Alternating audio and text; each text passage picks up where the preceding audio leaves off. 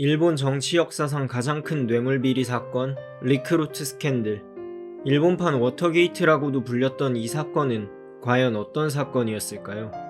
1988년 3월 23일 아사히신문 요코하마 지국의 경찰 담당인 스즈키 게이치 기자는 가와사키시의 고위 공무원이 독직 사건으로 경찰 내사를 받고 있다는 정보를 입수하였습니다.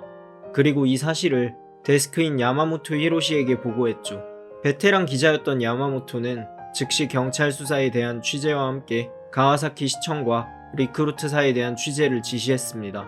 그렇게 그들은 20여일의 취재 끝에 경찰에서 수사 중인 인물이 가와사키시의 부시장인 고마스 히데이로이며 그가 리크루트사의 산하 부동산 회사인 리크루트 코스모스의 주식을 넘겨받은 것으로 의심되어 뇌물수수 혐의로 조사받고 있다는 사실을 알아냈습니다. 그런데 이들의 취재가 사건의 핵심에 다다랐을 무렵인 5월 17일에 경찰에서는 법적으로 사건이 되지 않는다며 이 사건에 대한 수사를 종결지어버렸습니다.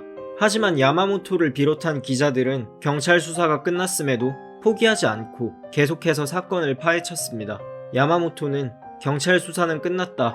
하지만 리크루트와 고마스 부시장의 관계는 아무리 봐도 수상하다. 주식과 관련된 의혹은 지금까지 몇 차례 있었지만 모두 소문의 범주를 벗어나진 못했다며 여기서 우리가 손을 뗀다면 모든 것이 암흑 속에 묻혀버릴 것이다.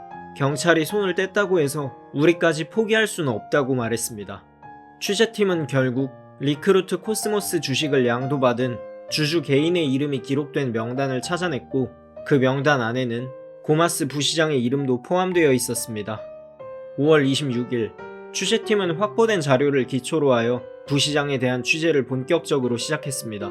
처음에는 그런 사실이 없다며 주식 취득 사실을 완강히 부인하던 고마스 부시장은 결국 사실을 털어놓았습니다. 바로 리크루트의 재개발 지역을 매각해주는 대가로 리크루트 코스모스 주식 3만 주를 넘겨받았다는 것을 말이죠. 그리고 6월 14일 익명의 제보자로부터 리크루트사의 의혹을 취재하는 신문사에게 꼭 보여줄 것이 있다며 제보가 하나 들어왔습니다. 그가 건네준 서류에는 리크루트 코스모스사가 미공개 주식을 양도한 경위가 적혀 있었습니다. 1984년 12월에 100명에게 주식을 사도록 권유했고 이 중 76명이 실제로 주식을 샀다는 증거였죠. 그리고 이 중에는 일본 자유민주당 의원 모리 요시로가 포함되어 있었습니다. 정치인의 이름은 모리 요시로 한 명뿐이었지만 이는 전개 전반으로 사건이 확대될 수 있는 핵심 단서였습니다. 6월 18일 결국 아사히신문은 사회면 톱으로 리크루트 사건을 처음으로 보도했습니다.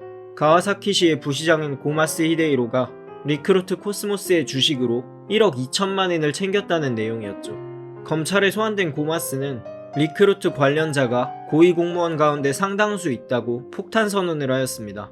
그 후 검찰 조사 결과 전 총리였던 나카소네 야스히로와 당시 총리이던 다케시타 노보루, 부총리 겸 대장상이던 미야자와 키이치, 2022년 7월에 사망한 아베 신조의 부친인 아베 신타로 등과 요미우리 신문의 부사장, 그리고 NTT의 중역들까지 이외에도 정재계에서 주요 직책을 맡고 있는 인사들이 대거 연루되어 있다는 사실이 밝혀졌습니다. 그 여파로 미야자와 대장상과 다케시타 총리 등은 사임할 수밖에 없었고 1989년 7월에 치러졌던 참의원 선거에서 자유민주당은 패하게 되었습니다. 이로써 일본에서 자유민주당이 55년 동안 유지해왔던 일당 지배체제는 막을 내리게 되었죠. 이 사건이 세간에 밝혀지기 전까지 일본은 자민당에 의한 일당 지배체제였습니다. 하지만 아사히신문 기자들의 끈기가 이 체제를 무너뜨리는 데 큰 역할을 했죠. 만약 이때 기자들이 포기해버리고 이 사건이 묻혔더라면 아직까지도 일본은 일당 지배체제에 머물러 있고 뇌물비리가 만연하지 않았을까요?